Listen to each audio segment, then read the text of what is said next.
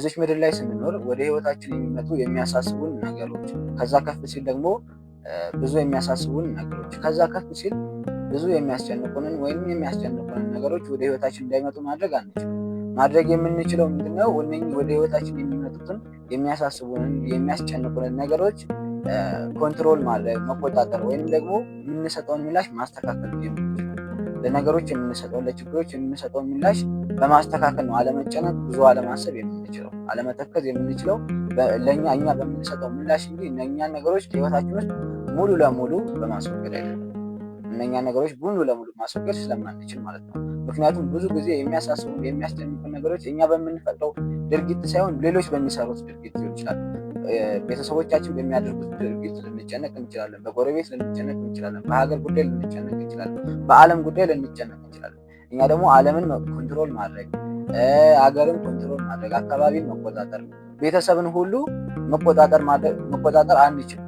መቆጣጠር ከቻልን ራሱ ራሳችን መቆጣጠር አንችልም። ስለዚህ የሚያስጨንቁ የሚያሳስቡ ነገሮች ከሌላ ሰዎች የሚመጡ እስከሆኑ ድረስ መቆጣጠር አንችላቸው ማለት ነው። ስለዚህ የምንችለው ነገር ምንድነው? እነኛ ወደኛ ሲመጡ እንዳያስጨንቁን ብዙ እንዳያሳስቡን ማድረግ የምንችለው ያንን ደግሞ ማድረግ የምንችለው በምንሰጠው ሪስፖንስ ወይም ደግሞ በምንሰጠው ምላሽ ለእነኛ ችግሮች በምንሰጠው ምላሽ እነኛ ችግሮች ወደ ህይወታችን ሲመጡ በምንቀበልበት አቀባበል በአመለካከታችን ነው ማለት ነው።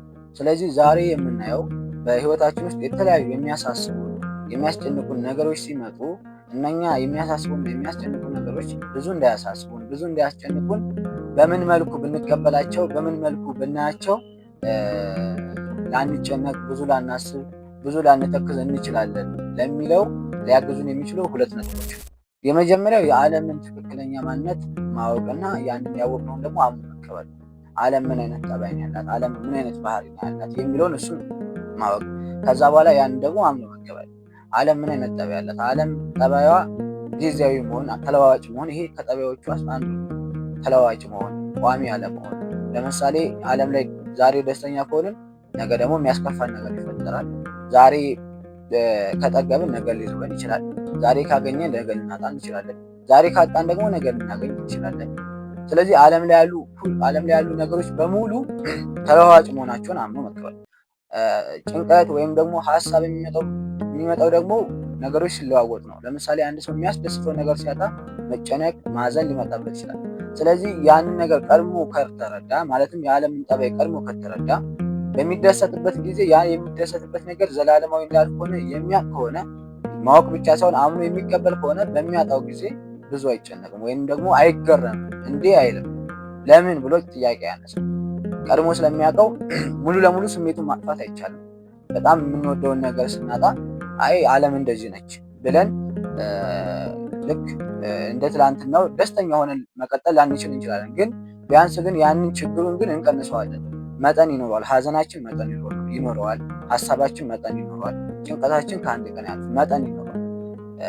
ስለዚህ ቀድመን ካወቅን የዓለም ተለዋዋጭነት ቀድመን ካወቅን በምንደሰትበት ጊዜ ያ ደስታ ዘላለማዊ እንዳልሆነ ካሰብን፣ ሰላም ባገኘን ጊዜ ያ ሰላም ዘላለማዊ እንዳልሆነ ካሰብን፣ በጠገብን ጊዜ ያ ጥጋብ ዘላለማዊ እንዳልሆነ ካሰብን ነገሮች ቼንጅ ሲሆኑ ወይም ሲቀየሩ አንደነግጥም፣ ብዙ ግራ አንጋባም። ቶሎ ተቀብለን ቶሎ ከዛ ከተፈጠረው ነገር ተላምደን ያለ ጭንቀት ተረጋግተን መኖር ይችላል። ስለዚህ ይሄ የዓለም ጠባይ ነው። ለምን ብለን ጥያቄ ካነሳን ግን መጨነቃችን፣ ማዘናችን፣ መተከዛችን አይቀርም። ስለዚህ ይሄ አምኖ መቀበል። በህይወታችን ውስጥ የተለያዩ ነገሮች ድንገት ልውጥ ሲሉ እነኛ ነገሮች ከዓለም ጠባይ የተነሳ የመጡ መሆናቸውን አምኖ መቀበልና ከመጣው ነገር ጋር ተላምዶ መኖር። ይሄ እንዳንጨነቅ ያደርገናል። በግሌ ብዙ ሰዎችን ያስማማል ብዬ የማስበውን አንድ ምሳሌ ላንሳ። ብዙዎቻችን እናቶቻችንን እንወዳለን እና ለእናቶቻችን ሁሉም ሰው በሚባል ደረጃ ለእናቱ የተለየ ፍቅር አለ። በዛው ልክ ደግሞ እናቱን ያጣ ሰው ወይም እናቱን በሞት ያጣ ሰው ደግሞ በዛው ልክ በጣም ነው የሚያዝነው፣ በጣም ነው የሚሰበረው። ሁለት ሰዎች እናታቸውን አጡ እንበልና አንደኛው ሰው አዘነ፣ ከዛ አለቀሰ፣ ስርዓቱ አለፈ፣ ከዛ በኋላ ህይወቱን ቀጠለ። አንደኛው ሰው ደግሞ እናቱን በጣም ይወዳት ስለነበረ ብዙ ችግሮች ውስጥ ገባ። ህይወቱ እስኪናጋ ድረስ፣ ህይወቱ እስኪመሰቃቀል ድረስ ምናልባት ከፍ ሲሉም ደግሞ ራሱንም እስከ ማጥፋት ድረስ ቢደርስ አሁን እነኚህ ሁለቱ ሰዎች ተመሳሳይ ችግር ነው የገጠማቸው። አለማዘን አይቻልም የሚወዱትን ነገር ሲያጡ። ግን ምንድነው የሁለቱ የሚለያዩ ምንድነው? የአንደኛው ከእናቱ ጋር በነበረበት ጊዜ እናቱ እንደሚያጣት ምናልባት አላወቀም። ምናልባት ደግሞ አውቆም ከሆነ ደግሞ አምኖ አልተቀበለውም። ቀድሞ አላሰበውም። ቢፈጠር ምን ሊሆን ይችላል የሚለውን ነገር ቀድሞ አላሰበውም። እንደዛ ነው ሊሆን የሚችለው። ስለዚህ ሲፈጠር ህይወት እስኪመሰቃቀል ድረስ ይደርሳል ማለት ነው።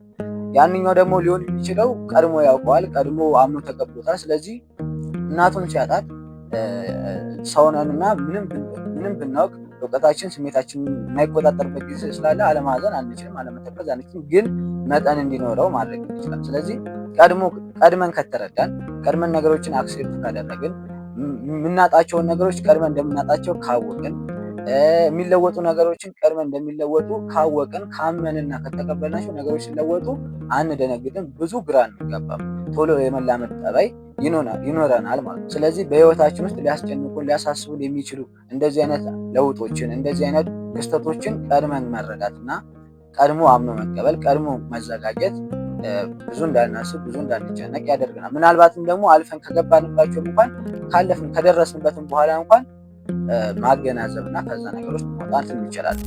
ሁለተኛው የሚመጣውን ዓለም ማወቅና ማመን። ልክ እንደዚሁ ከዚችኛው ዓለም ባለፈ ከፊት የሚጠብቀንን ሰማያዊውን ዓለም ማወቅ፣ ከዛ ደግሞ ማመን። ማወቅ ስንል ምንድን ነው? እሱ ይመጣል፣ የእውነት ይመጣል አለ። በዚህ ምድር ከኖርን ከሞትን በኋላ የእውነት ተነስተን በህይወት እንኖራለን የሚለውን ነገር ማወቅ ማለት ብዙ ጊዜ ሰው ይላል ሄዶ የመጣ ሰው የለም ማን አየው ምናምን የሚባሉ ቃላቶች አሉ፣ የሚሉ ሰዎች አሉ እንደዚህ። ነገር ግን ይሄ ሳይንስ ስላልሆነ በሳይንሳዊ መንገድ ስላልተረጋገጠና ስላልታየ ብቻ 100% በእምነት ብቻ የምንቀበለው ነው ማለት አይደለም። ማሳያዎችም አሉ። ሳይንስ ባይቀበለውም ያ ነገር ለመኖሩ ከዚህኛው ዓለም በኋላ የሚመጣ ዓለም ለመኖሩ የሚያሳዩ ነገሮችም አሉ። ስለዚህ እነኛ ማስረጃዎችን ማየት ትምህርቶች አሉ። እንዴት ነው ሊኖር የሚችለው የሚለውን እነኛ በዛ ትምህርት ያንን ትምህርት መከታተልና ያንን ትምህርት ማግኘትና መንግስተ ሰማያት አለ ከማለት ይልቅ እንዴት ነው ያለችው የሚለውን ማስረጃውን መጠየቅና ማወቅ፣ ከዛ በኋላ ደግሞ እዛ ላይ እምነት መጨመርና በእምነት መቀበል። ያንኛውን ዓለም የምንቀበል ከሆነ ያንኛው ዓለም ይመጣል ብለን የምናስብ ከሆነ በዚህኛው ዓለም አንጨነቅ። አንድ ሰው ዘላለም እንደሚኖር የሚያስብ ከሆነ በዚህ ምድር ላይ መሞቱ አያስጨንቀው። አንድ ሰው ቅድም ምሳሌ አንስተናል። እናቱ በዛኛው ዓለም ዘላለም እንደምትኖር ካወቀ በዚህኛው ዓለም ላይ ማረፏ ብዙ አያስጨንቀው። በዛኛው ዓለም ለዘላለም ጤነኛ ሆኜ እኖራለሁ ብሎ የሚያስብ ሰው በዚህ ምድር ላይ መታመሙ ብዙ ጭንቀት ውስጥ ሀሳብ ውስጥ አይቀጥም። በዛኛው ዓለም ከቅዱሳን ጋር በህብረት አንድ ላይ እንደሚኖር እግዚአብሔርን እያመሰገነ እንደሚኖር የሚያስብ ሰው በዚህ ምድር ላይ ሰው አጣው ዘመድ አጣው ብሎ ብዙ አይጨነቅም። በዛኛው ዓለም የእግዚአብሔር ልጅ ሆኖ የባለጸጋ ልጅ ሆኖ እንደሚኖር የሚያስብ ሰው በዚህ ምድር ላይ መቸገሩ ብዙ አያስጨንቀውም። ስለዚህ ያንኛውን ዓለም መናፈቃችን ያንኛውን ዓለም ማሰባችን ለዚችኛው ዓለም ወይም ለምድራዊቷ ዓለም ለስጋዊው ዓለም ያለንን አመለካከት ያስተካክለዋል። ለዓለም ትክክለኛ ማንነቷ እንድንረዳ የሚያደርገንም አንዱ ይሄ ነው። ስለዚህ እዚህ ምድር ላይ ነገሮች ሲፈጠሩ ለምን ከማለት ይልቅ ይሄ አላፊ ነው፣ ያንኛውን ነው የምንጠብቀው እንድንል ያደርገናል። ያንኛውን ግን ማንጠብቅ ወይም ደግሞ ያንኛውን ማናይ ከሆነ ያለችን ተስፋችን እቺ ምድር ብቻ ስለሆነች እዚህ ምድር ላይ ሁሉም ነገር እንዲስተካከል እንፈልጋለን። ምክንያቱም ሌላ ከዚህ የተሻለ ነገር ይመጣል ብለን ስለማናስብ እዚች ምድር ላይ ነው ሁሉም ነገር ተስተካክሎ መኖር እንፈልጋለን።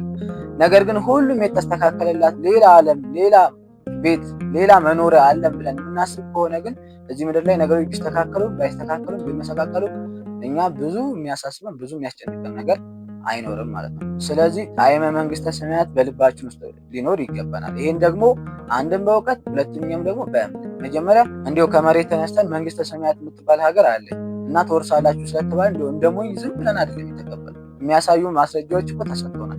እነኛ ማስረጃዎች ላይ ደግሞ በእምነት የምንጠብቃቸው ነገሮች አሉ። ለምሳሌ ክርስቶስ እወለዳለሁ አለ፣ ከዛ ተወለደ።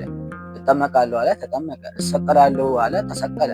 እሞታለሁ አለ፣ ሞተ። እነሳለሁ ብሎ ነበር፣ ተነሳ። አርጋለሁ አለ፣ አረገ። መንፈስ ቅዱስን ደግሞ ልካለሁ ብሎ ነበር፣ መንፈስ ቅዱስን ላከ። እመጣለሁ ብሏል፣ ደግሞ ይመጣል። ስለዚህ እንደዚህ ነው የምናምነው። ከዚህም በተጨማሪ ደግሞ ስለ መንግስተ ሰማያት ብለው በሰይፍ የተቀሉ በእሳት የተቃጠሉ፣ በድንጋይ የተወገሩ ብዙ ቅዱሳን አሉ። እነሱ ምን አይተው ምን ቢያው ነው እንደዚህ ሆኑ ብለን የእነሱንም እሳቤ ምን ነበር የሚለውን እሱንም ማወቅ ስንችል እኛ መንግስተ ሰማያትን መረዳት ጣዕመ መንግስተ ሰማያት በልባችን ውስጥ ማደሩ አይቀርምና እሱን በማድረግ ከዛም ነው በመቀበል ያችን የምትመጣዋን ዓለም በመናፈቅ ከዚች ዓለም ጭንቀት፣ ከዚች ዓለም ብዙ ሀሳብ፣ ከዚች ዓለም ግራ መጋባት መላቀቅ እንችላለን።